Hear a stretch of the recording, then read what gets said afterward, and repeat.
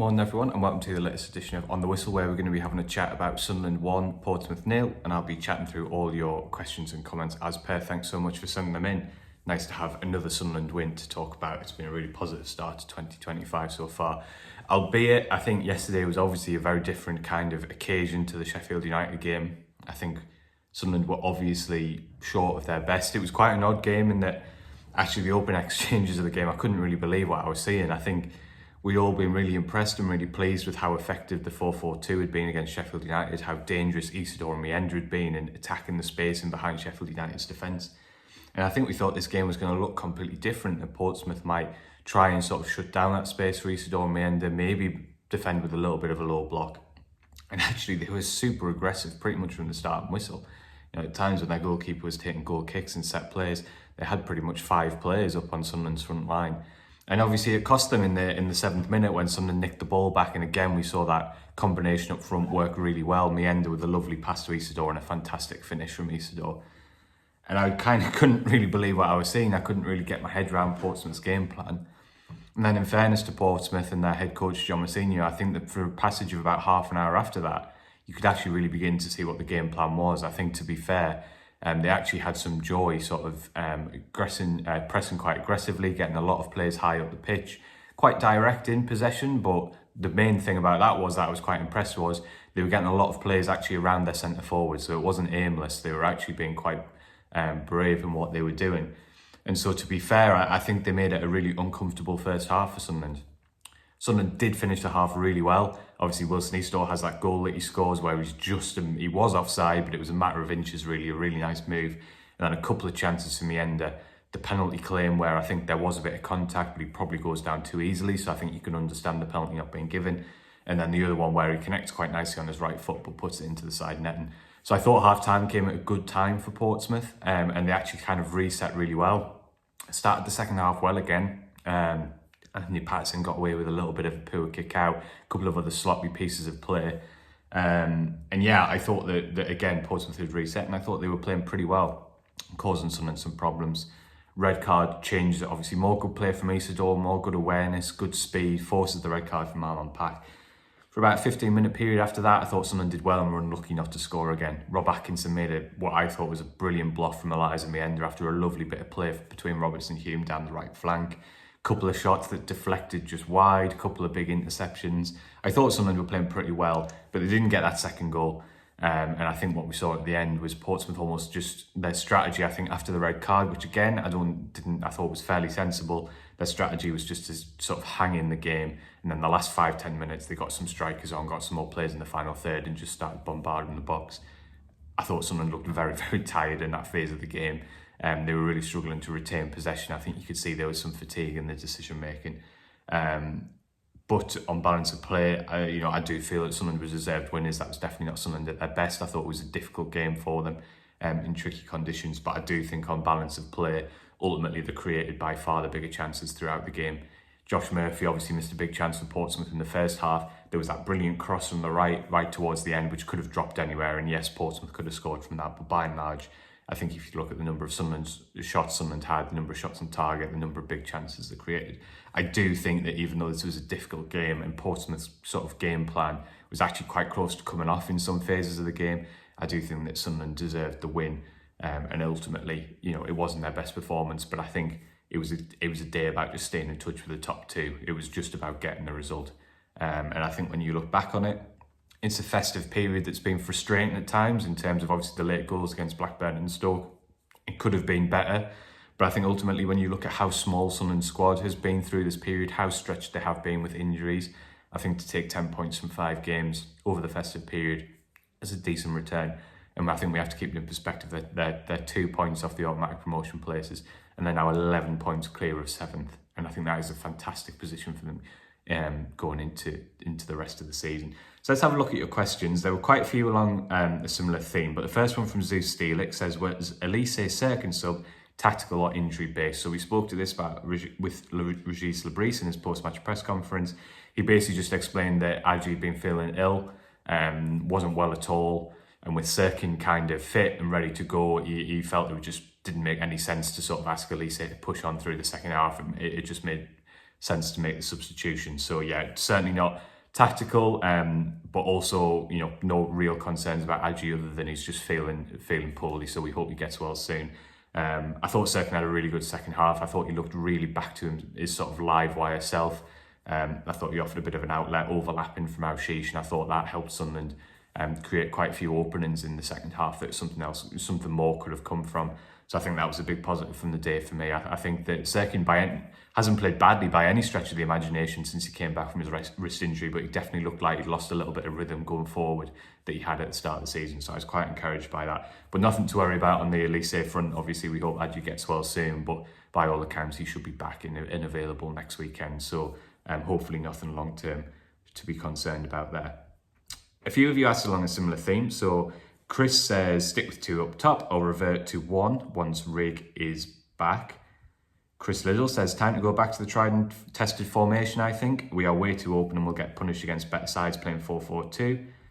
And Michael says, are we sure that the current 4-4-2 system is a long-term solution or a short-term one? We seem to give up a bit of control in the middle of the park. I can't really see Rajiv sticking with this when Rig, Brown, Samed and other possible midfield options are fit. It's at least a good plan B. Yeah, I think that's a really good summary, Michael. I think ultimately we saw that while there are a lot of positives from playing with 2 up top, and we saw that again with the goal, and I thought Meander and Easter were a threat all the way through, I definitely didn't think Sunderland had control of the midfield that they would like to have. And going forward, I do think that once Rig is fit, once Brown's fit, I do expect Sunderland to revert to a 4-3-3. I think it gives them better control of the game. I think Lebris really likes the way that Sunderland build up through those triangles down the right and the left. You know, we saw with Rig, Roberts and Hume, especially on the right. I think it is ultimately a better formation for Sunderland. But I think, as you've rightly said there, Michael, I think this has been a really valuable period for Lebris in terms of finding a genuine plan B, especially later in games.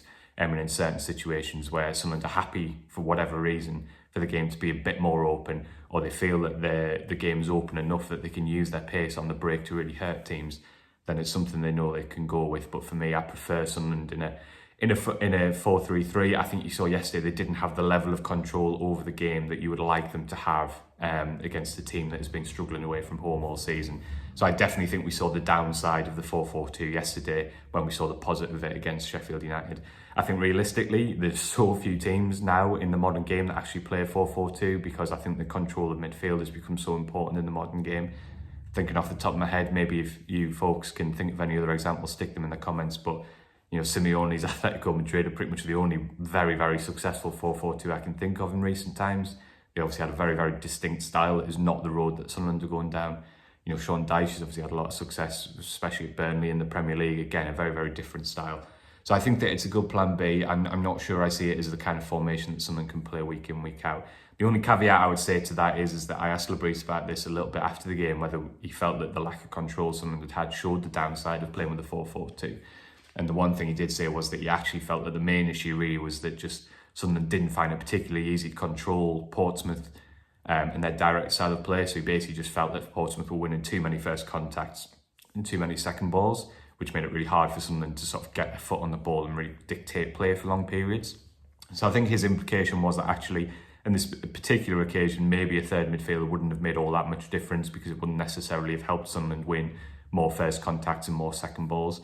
So maybe we shouldn't go too overboard down that route. But I think what we've definitely seen across the two games is we've seen the positives and the negatives of the 4-4-2. I think it could be a really effective weapon for Sunderland at times, but I don't think it's going to be the formation that they play regularly, and especially going away from home.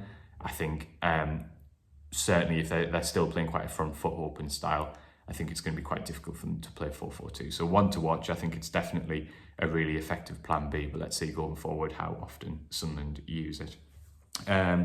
Ian says, a case of job done today, Phil, especially considering limited options over the whole festive period. Yeah, as I said, Ian, totally agree with that. I think we have to put Sunderland's performance yesterday into the context of how many minutes a lot of these guys have played over the festive period. And I think when you do that, I think the points return is a fairly solid one. He says, which of the injured players do you think will be under consideration for the Burnley game? So it's always quite hard to sort of 2 or 3 weeks out, obviously with the FA Cup next weekend, to work out exactly who'll be back then. Dan Ballard and Chris Rigg definitely should be available for that game. Both of those players have an outside chance of playing against Stoke next Saturday. Obviously, I don't see Sunderland taking any major risks with them, with it being the FA Cup. I love the FA Cup and I wish teams didn't rotate as much, but I think that's the reality of the modern game. So I think Sunderland will do that. So that should definitely mean Ballard and Rigg are available for Burnley. Salis Abdul Samed should be available to be in the squad. Sunderland are hopeful that he might be able to play some part in the FA Cup next weekend. Although again, they're not going to rush him, so I'm not sure if he'll be in contention to start. But in theory, Ian, he should also be available to play some part against Burnley again. Whether he'll be in a position to start a game of that magnitude, I'm not quite sure, but he should be part of the squad. So those are the three players that I definitely expect to be back. Alan Brown and Romain Mundle should be starting to sort of come into contention around then. But I think from what Labrie said last week, that game will come a little bit too soon for them. So I certainly wouldn't be expecting them to have a significant role in that. So yeah, I think Ballard, Rigg and Samed would be the three who I think could be in a position to really play a part in that game. Maybe there'll be one or two other surprises by the time we get round there. But yeah, hopefully that gives a bit of an overview about how the injury situation clears up. So Ross says, thoughts on Connolly not getting a single minute over Christmas? So yeah, it's a fair point. I mean, Connolly did get one appearance over Christmas, but it was only 15 minutes against Stoke. So I think across the 5 games, he'll be very, very disappointed with his lack of game time. Excuse me, just need a sip of coffee. Yeah, we spoke about Connolly with Labrie in his post-match press conference. The quotes are over on the Sunderland Echo website now, so you can go and read them. Labrie, to be honest, was pretty candid about the fact that, you know, he said it was not a reflection on Connolly, who's trained well. I mentioned on my On the Whistle a couple of weeks ago when I was asked about this that we'd spoken with Labrie, and he said he'd been really impressed with Connolly's training levels, which he felt had been right back up to where they were when he first sort of arrived. And yet that hasn't translated into any minutes. Now, I can understand in the last 2 games why he's gone with Roosen ahead of Connolly. It's been stoppage time. It's been games where Sunderland have been defending the lead, and I think Roosen's sort of pace and athleticism have been the obvious choice, because it's been about, you know, potentially chasing the ball into the channel, holding play up. It's been about applying some pressure on the goalkeeper or the defenders to try and shut down the sort of long balls into the box. Clearly, Roosen is more suited to that style. But it is interesting that Connolly has not been used earlier in games or in games at all.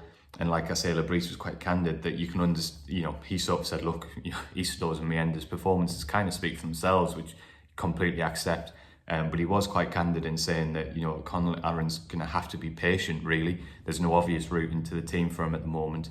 And obviously the other aspect of this is that we know that Sunderland are very aggressively looking to sign another striker in the January transfer window, so that potentially pushes Connolly down the pecking order even more. You then have, by the end of the month, we would expect Ahmed Abdullahi to be in contention. Now, we don't know what level he's going to be at. We don't know whether he can force his way in sort of the reckoning in Championship football straight away.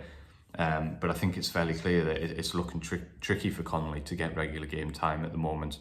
Labrie said he would have a lot of talks with Aaron Connolly. He would assess the situation over the course of the month. But I do think it was kind of implied that, you know, they may be open to letting Connolly pursue other opportunities if they're available. Now, it's way too early in the month to say that's going to happen. We've seen with Adil Hawshi's this season that things can change very, very quickly in football.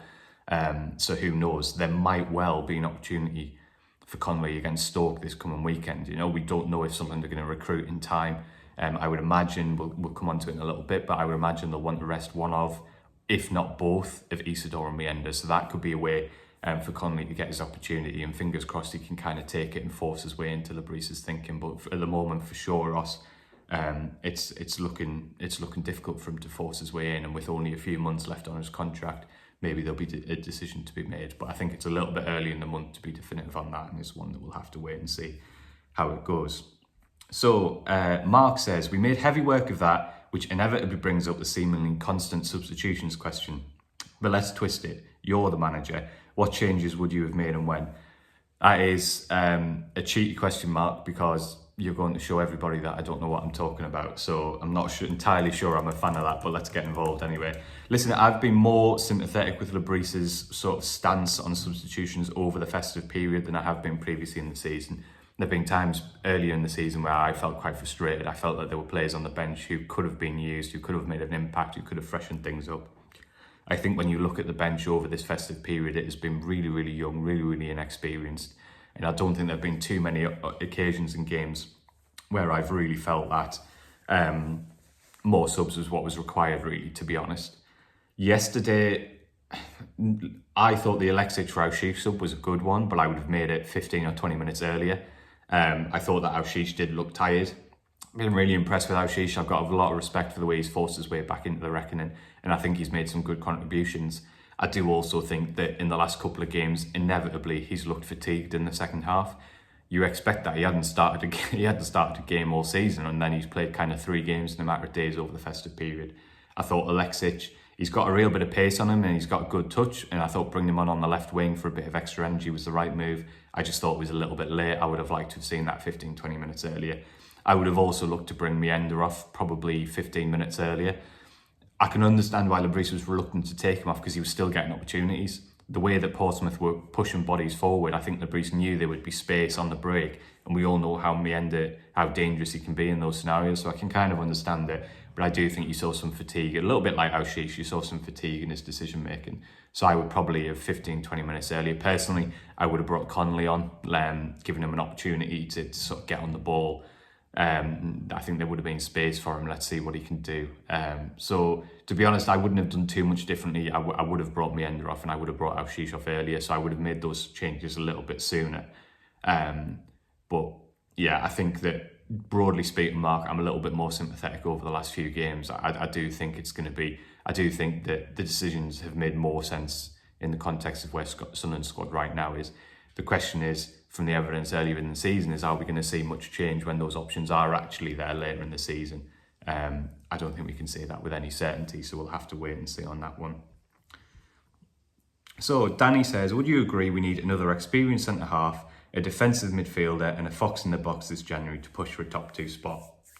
Yeah, personally, I'm not sure that Sunderland needs a centre-half. Obviously, we know that Alese is an injury issue. I think that he started the season very, very well in central defence. So I think that with Ballard, Mepham, O'Nien and Alese, I think Sunderland are pretty well stocked in that position. You've also got Leo Yelder to consider as well. I'm pretty comfortable with Sunderland's centre-half options personally. I think it's very difficult to recruit a player in that position because I think they'll be looking at it thinking there's no realistic pathway to the team really for the rest of the season. Certainly agree with you in terms of midfield. I think obviously if Salis Abdul Samed is fit and available, it gives Sunderland real depth.